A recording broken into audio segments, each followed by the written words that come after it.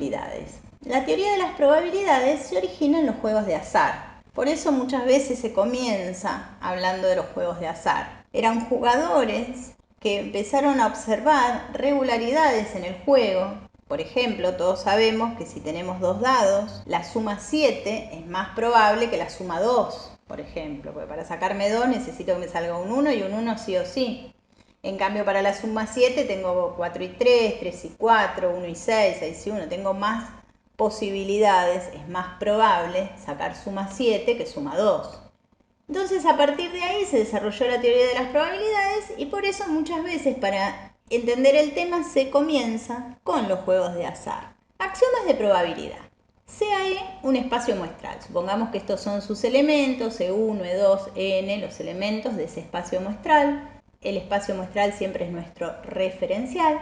Es un espacio muestral correspondiente a un experimento aleatorio y sea P una función que a cada suceso A del espacio muestral le asigna un número real, P de A. A P la llamamos función de probabilidad y P de A es la probabilidad del suceso A. Si se verifica, siempre se tiene que verificar que la probabilidad está entre 0 y 1. Puede dar 0, puede dar 1 o 0, digamos. La probabilidad de E, o sea del espacio muestral, es 1, suceso seguro. Por ejemplo, en el caso del dado, sería la probabilidad de que me salga 1, 2, 3, 4, 5 o 6. Bueno, eso va a ocurrir seguro. Si tiro un dado, alguno de esos me va a ocurrir. Probabilidad de 1, lo que sería equivalente al 100% de probabilidad de que ocurra. Axioma 3. Si A1, A2, A3, A sub K, supongamos una serie de sucesos, que en general los vamos a llamar A, B, C, pero para que no parezca que se terminan los sucesos con las letras, son sucesos mutuamente excluyentes, quiere decir que no tienen intersecciones entre ellos, que si ocurre uno no puede ocurrir el otro a la vez. Serían mutuamente excluyentes, por ejemplo, que en un dado salga número par y otro suceso que salga el número 5. Porque no puede pasar las dos cosas a la vez, que salga par y que también salga 5 a la vez. Eso serían mutuamente excluyentes. Si tenemos sucesos mutuamente excluyentes, la probabilidad de la unión de sucesos va a ser igual a la suma de las probabilidades de cada uno de ellos. O sea que si yo quisiese calcular la probabilidad de que me salga o número par o número 5, voy a tener que sumar la probabilidad de que salga número par más la probabilidad de que salga número 5. Si voy a pensar en la unión de conjuntos, voy a tener 2, 4, 5 y 6. Va a ser el conjunto resultado de la operación unión. Y la probabilidad va a ser la suma de los números de las probabilidades que corresponden a cada uno de los sucesos. Por eso siempre tenemos que considerar que en un caso estamos hablando de unión de conjuntos, que nos da por resultado un conjunto, le calculamos la probabilidad, y por otro lado tenemos sumas de números, donde cada número representa la probabilidad de un suceso. Consecuencias de los axiomas. Si A' es el suceso complementario de A, entonces la probabilidad del complemento es 1 menos la probabilidad de A. O sea que si yo tengo un suceso A, que yo ya sé que la probabilidad de A es, por ejemplo, 0,3, la probabilidad del complemento va a ser 0,7. Entre los dos van a sumar 1. La probabilidad del suceso imposible es 0. En el caso del dado sería, por ejemplo, que salga 25 en un dado. Obviamente nunca me va a salir 25, eso es imposible. Esa probabilidad es 0.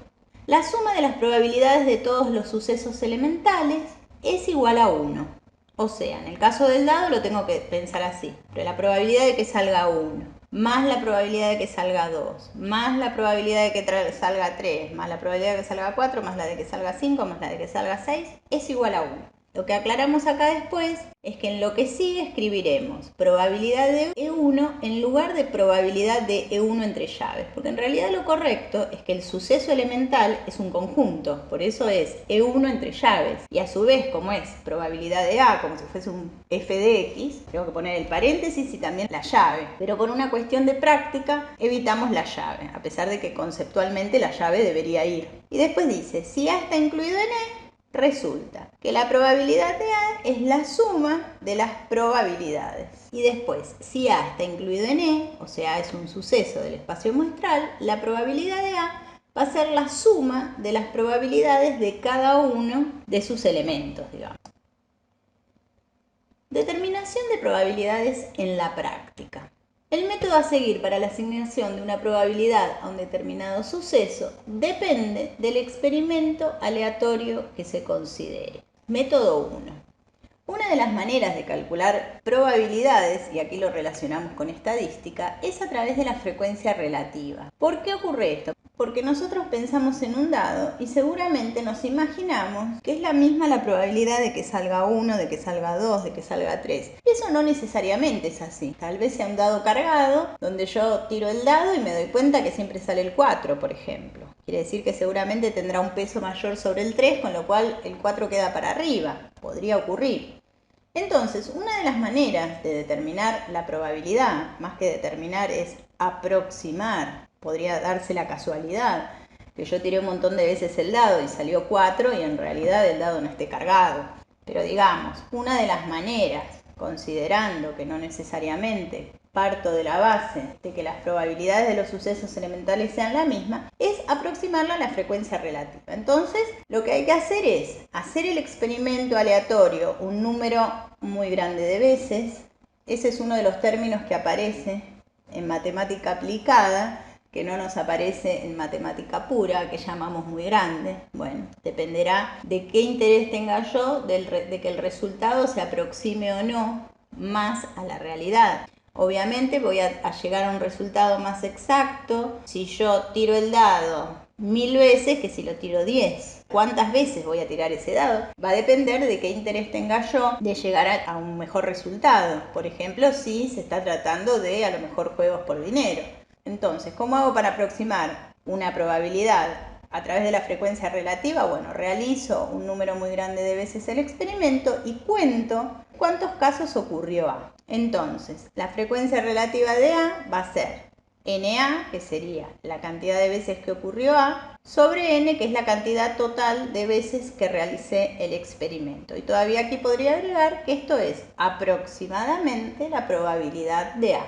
Lo vamos a tomar como la probabilidad de A, si bien sabemos que es una aproximación a la probabilidad de A. Y el método 2, ahora sí, es considerando que todos los sucesos elementales tienen la misma probabilidad de ocurrir. O sea, en el caso del dado sería que salga 1, 2, 3, 4, 5 o 6 es igualmente probable. Entonces, ¿cómo calculamos la probabilidad? Lo que llamamos número de casos favorables sobre número de casos posibles. Número de casos posibles es todo lo que puede ocurrir. En este caso, si yo arrojo un dado, hay 6 posibilidades, 6 casos posibles, 6 resultados posibles. Y número de casos favorables, por ejemplo, si quiero que salga un as, como en este ejemplo, bueno, va a haber una posibilidad de las 6 totales. Si quiero que salga número par, va a haber 3 de las 6 totales. Que salga un número mayor que 4, o sea que salga 5 o 6, van a ser 2 de las 6. En este caso va a ser una probabilidad de 1/3.